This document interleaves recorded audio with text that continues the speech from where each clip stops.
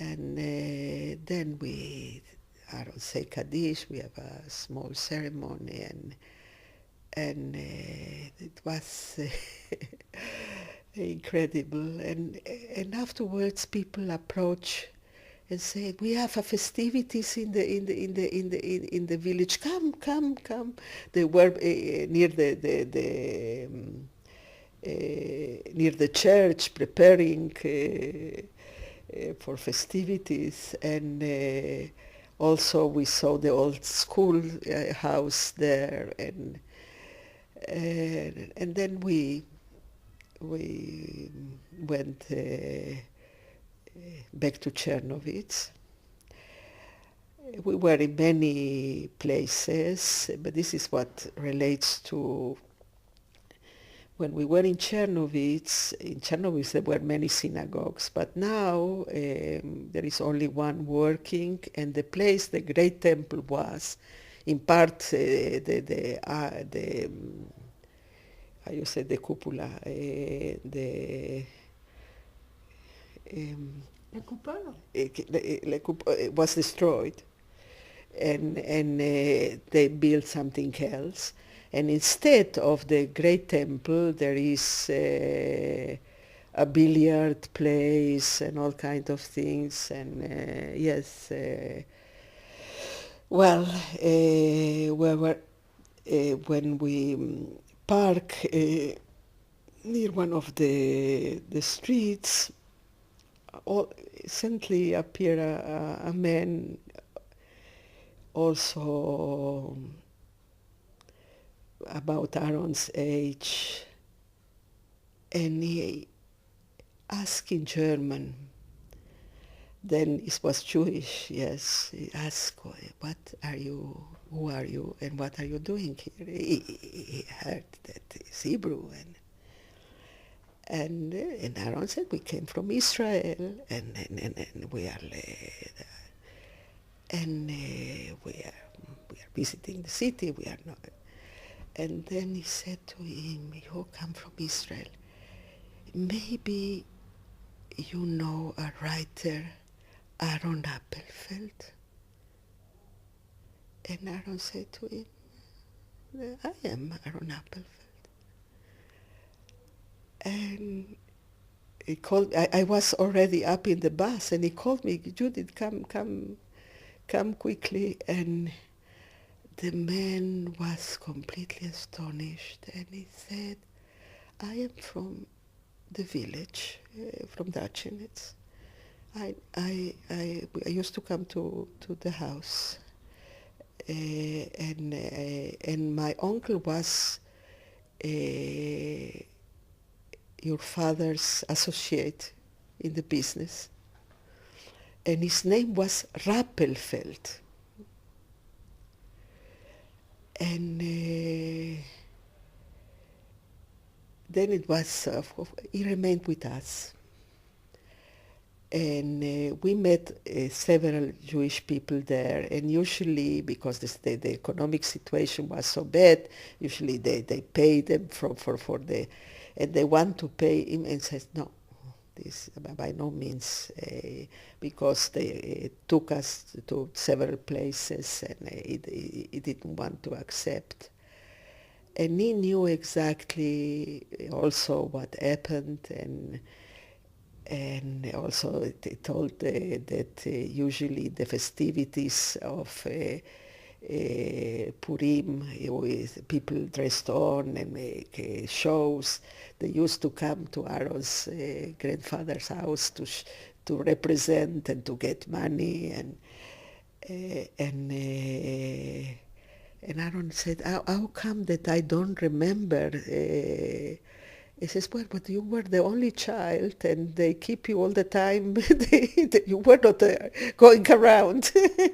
We were many children, and we went around, and we know what happened everywhere. And yes, and he was with us during. He traveled with us to several places. Well, we visit. It was from early in the morning till midnight, because also the days were very long. And we were also in parts of Transnistria. We met what is left from Jewish communities, and we met a lot of people. Once we were sitting, they went to interview a person also safe Jews, and we were sitting outside near a very strange shop, and a shop for hats. But it was not an organized shop, you know, a little bit of that, a little bit of that. Now, that's something, you know, like in old, like you saw in old villages 100 years ago. And we see that the man who work is very, very moved and very. Then we have a guard. At the guard, it was a Ukrainian officer, a very nice, very nice, polite man. And he went with one of the women who are with us from from Yad Vashem, and they enter. It turned to be that it was a Jewish man, and he was so moved to see Jewish people. And that we spoke with him in Yiddish, and he cried all the time. Yes, that it was left there, and yes. Well, it was, I think, the most,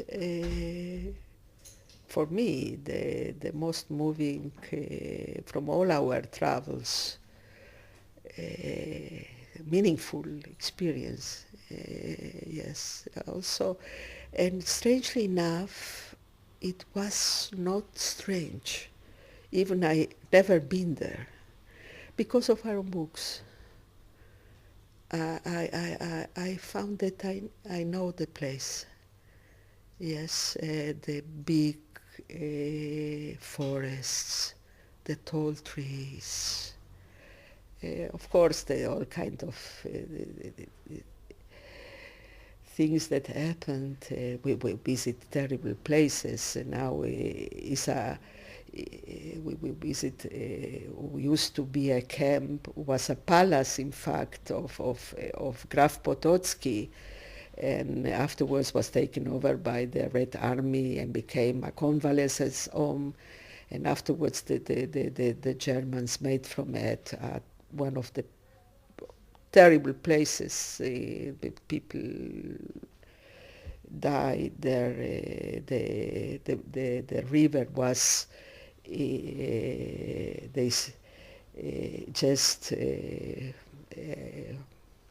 it was on the shores of the river.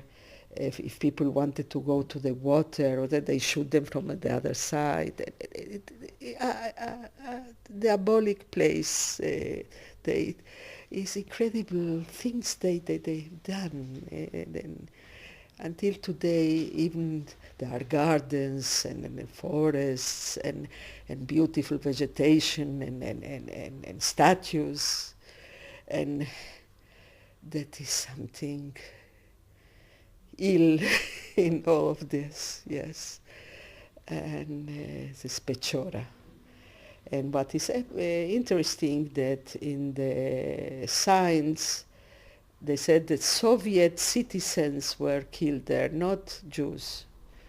Yes, and it is known that only Jews were killed there. Yes, yes, and there was Pechora, and it was a pilgrimage, and yes, sometimes very enlightening, sometimes terrible.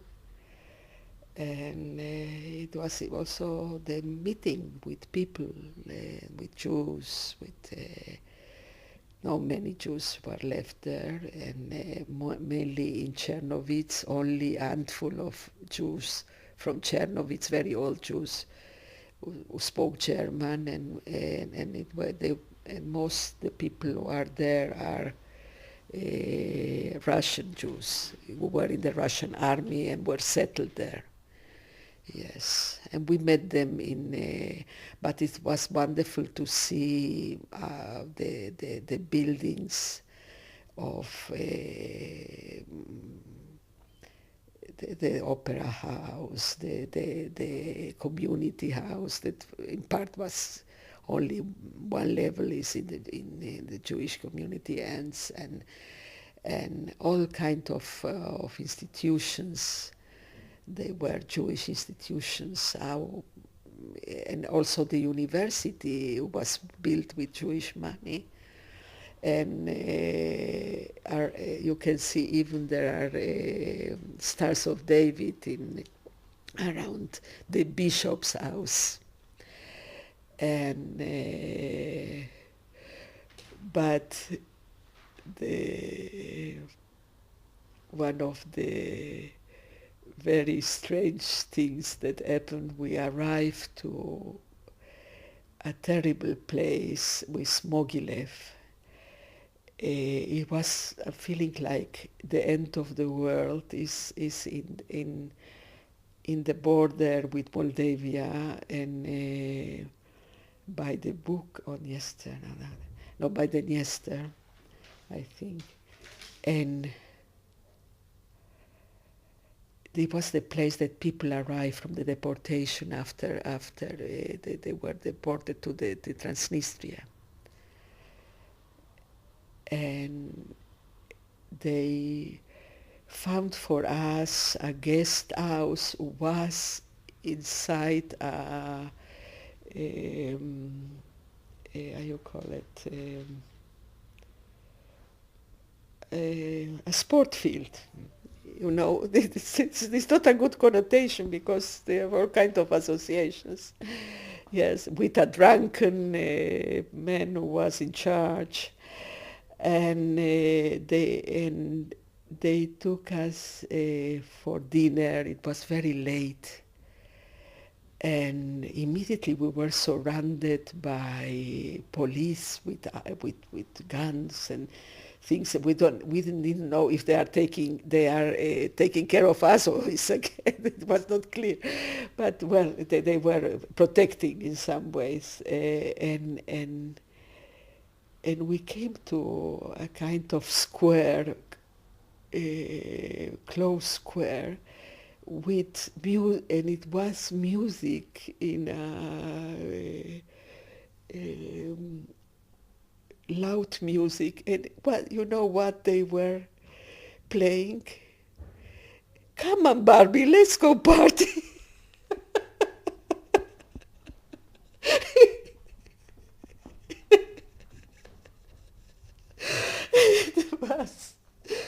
It was anticlimax. You know, you come to the end of you feel that you are in the end of the world, in a very neglected place, and they say, come on, Barbie, let's go party. The loudspeakers, yes, and yeah, and well, this, but the food was with you. The food was food with you. Yes, East European. Yes, and yes. Do you remember the state of mind of Aaron before leaving to go there? You know, things like that is interesting. You are more busy with practical matters, and we had a lot of practical matters because then you know, visas and things, and also we have to take things that usually you don't take, also medicines and things, and